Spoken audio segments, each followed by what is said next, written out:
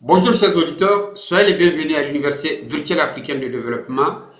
Le module d'aujourd'hui portera sur un exemple de recherche expérimentale, autrement dit de recherche évaluative. Et après avoir donné un exemple de recherche d'évaluation de l'efficacité d'un outil, puis d'un exemple d'études d'efficacité thérapeutique, aujourd'hui, nous allons donner un exemple d'étude d'impact en santé publique. Et la stratégie que nous allons évaluer sera la chimie-prévention du paludisme saisonnier au Niger. Tout naturellement, le plan sera toujours le même, ça sera la structure IMRAD, je ne vais pas m'attarder. En introduction, je dirais que le paludisme est un problème majeur de santé publique dans le monde. En effet, 40% de la population mondiale est à risque.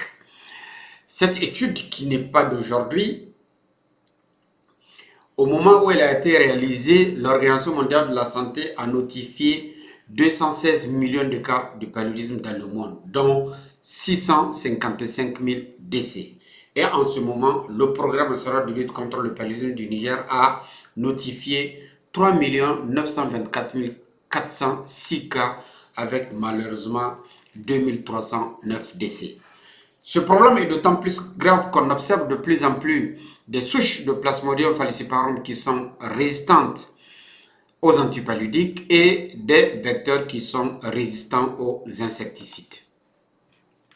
La chimie-prévention du paludisme saisonnier est une nouvelle stratégie qui a été recommandée par l'Organisation mondiale de la santé en mars 2012 aux pays de la région du Sahel. Elle consiste à l'administration intermittente d'un traitement complet à base de sulfadoxine pyrimétamine plus amodiaquine durant la période de haute transmission du paludisme, autrement dit durant la saison pluvieuse. Cela permet de maintenir une certaine concentration d'antipaludiques dans le sang des enfants et ainsi réduire le risque du paludisme. Ce d'autant plus que la morbidité et la mortalité attribuables au paludisme sont beaucoup plus importants chez les enfants de 3 à 59 mois pendant la saison de forte transmission du paludisme. Donc, conformément aux recommandations de l'Organisation mondiale de la santé, le Niger avait révisé sa politique nationale de lutte contre le paludisme et a introduit cette nouvelle stratégie qui est la chimie-prévention du paludisme saisonnier. Cette stratégie a d'abord été mise en œuvre sous forme pilote au niveau d'un certain nombre de districts sanitaires tels que le district sanitaire de Girarumji, Dakoro, Madaroufa, Agué, Magaria. Et cela avec l'appui des partenaires tels que les Médecins sans frontières. Donc c'est dans ce contexte que nous avons décidé d'évaluer l'impact de la chimie-prévention du paludisme saisonnier chez les enfants de 3 à 59 mois au niveau du district sanitaire de Gaïa en comparant les indicateurs paludométriques au niveau de 12 sites, autrement dit au niveau de 12 centres de santé intégrés. 6 où il y a la CPS, autrement dit 6 centres de santé intégrés où la CPS est mise en œuvre versus 6 où il n'y a pas de mise en œuvre de chimio-prévention du paludisme saisonnier. Donc, quel était l'objectif de l'étude? L'objectif de l'étude, c'était d'évaluer l'impact de la chimie-prévention du paludisme saisonnier et de voir si elle contribue à une réduction significative du poids du paludisme chez les enfants de 3 à 59 mois. De façon spécifique, il s'agit de comparer les indicateurs paludométriques, en particulier le portage parasitaire, la morbidité attribuable au paludisme, l'hospitalisation et la mortalité attribuable au paludisme entre les CSI couverts par la CPS versus les centres de santé intégrés sans CPS. En termes de méthodologie, donc, il s'agissait d'une étude d'impact en santé publique en évaluant l'impact de la chimie-prévention du paludisme saisonnier dans la réduction du poids du paludisme en ayant deux groupes. Un groupe couvert par la CPS versus un groupe sans CPS. Les sites d'études, c'est le district de Magaria avec 12 CSI. Donc 6 CSI couverts et 6 CSI témoins. Il faut dire qu'à Magaria, le paludisme est endémique avec une recrudescence saisonnière. Autrement dit, c'est une zone où 60% des cas du paludisme sont regroupés durant les 3 à 4 mois de la saison des pluies.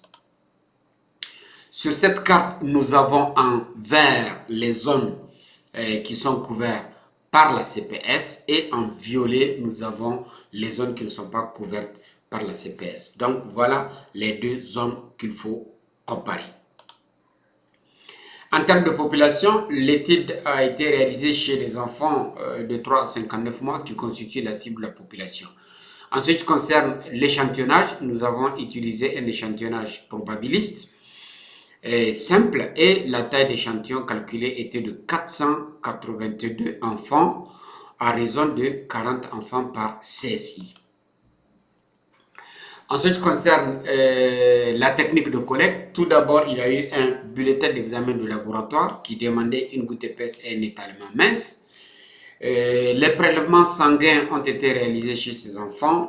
Les données sanitaires ont été collectées au niveau des structures de santé des sites d'études.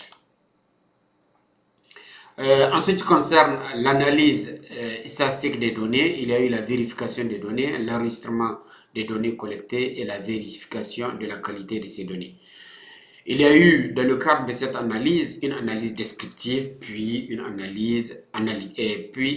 phase analytique. À présent, quels sont les résultats observés? Tout d'abord, il faut dire qu'il y a une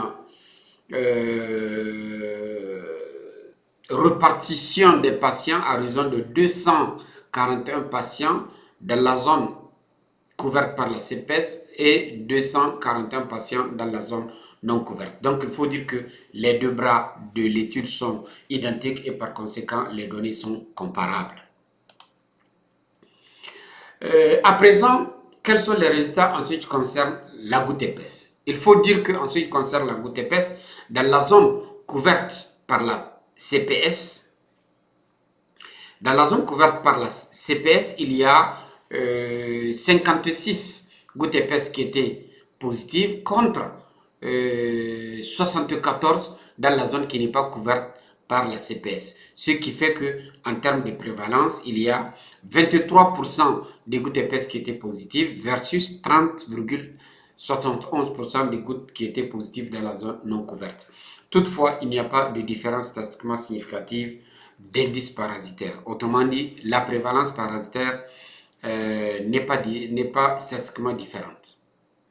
Par contre, lorsqu'on observe la charge parasitaire, autrement dit la quantité de parasites par microlitre de sang, on se rend compte que dans la zone avec CPS, la densité parasitaire moyenne était de 292 parasites par microlitre, contre 486 parasites par microlitre de sang dans la zone non couverte. Il y a une différence statistiquement significative de charge parasitaire entre les deux zones. Qu'en est-il de la distribution, autrement dit de la morbidité attribuable au paludisme?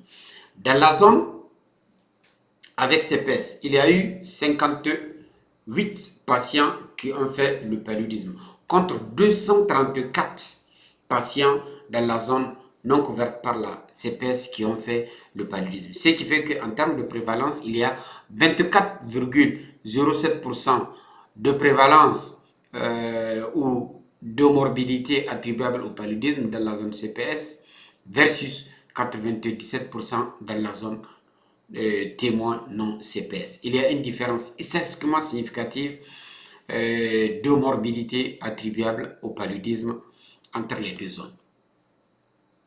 Qu'en est-il du nombre d'épisodes entre les deux zones? Dans la zone couverte par la CPS, en effet, 75,9% des enfants n'ont absolument pas fait d'épisode de paludisme. Par contre, dans la zone non couverte, on constate que le nombre d'épisodes a augmenté de façon régulière, passant de 9,54% d'enfants qui ont fait un épisode de paludisme à 29% d'enfants qui ont fait 2 épisodes et 26% qui ont fait 3 épisodes de paludisme. Qu'en est-il à présent maintenant de la distribution des formes du paludisme? Il faut dire que dans la zone couverte par la CPS, il y a 6 enfants qui ont fait du paludisme grave contre 78% dans la zone non couverte. Ce qui fait en termes de proportion seulement 10% des enfants qui ont fait des formes graves contre 33,33% qui ont fait des formes graves de paludisme dans la zone non couverte. Donc il y a une différence statistiquement significative d'apparition des formes graves du paludisme entre les deux zones. Qu'en est-il de l'hospitalisation? Dans la zone couverte par la CPS, il y a 3 enfants qui ont été hospitalisés, ce qui correspond à 5,17%, contre 66 enfants qui ont été hospitalisés dans la zone non couverte, ce qui correspond à une prévalence de 28,21%. Il y a une différence statistiquement significative d'hospitalisation entre les deux zones. Qu'en est-il à présent des décès attribuables au paludisme? Dans la zone couverte par la CPS, il y a essentiellement 2 patients qui étaient décédés du paludisme, ce qui correspond à 28,57%, alors que dans la zone non couverte, il y a 10 enfants qui étaient décédés de paludisme, ce qui correspond à 76,92% des décès dus au paludisme. Donc, en termes de conclusion, nous dirons que, autant pour moi en discussion, nous dirons que la CPS réduit significativement l'incidence du paludisme dans la tranche d'âge des enfants de 3 à 59 mois de 73%. Elle réduit significativement le nombre d'épisodes du paludisme. Elle réduit significativement le portage parasitaire. Elle réduit aussi les formes graves du paludisme. Elle réduit la mortalité attribuable au paludisme. Donc en conclusion, je dirais que la CPS constitue un espoir dans les pays où le paludisme est endémique et c'est une stratégie prometteuse pouvant permettre de réduire de façon significative la charge du paludisme. Donc, mesdames et messieurs, voilà ce que j'ai bien voulu partager avec vous dans le cadre des exemples d'études pour illustrer le cours de météorologie que nous avons réalisé. Nous vous donnons rendez-vous au prochain module qui doit très probablement porter sur un dernier exemple. Et je pense qu'avec cet outil, vous êtes assez armé pour pouvoir comprendre votre cours en ayant des exemples d'études. Sur ce, je vous remercie de continuer à soutenir cette communauté qui est la vôtre.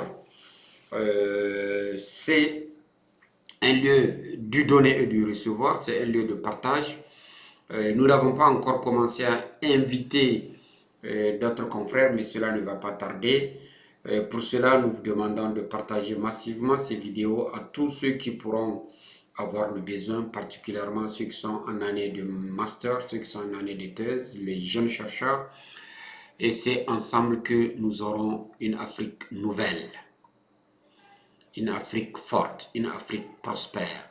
Et cela, c'est par le travail, rien que par le travail et tout le travail. Sur ce, je vous remercie et à la prochaine.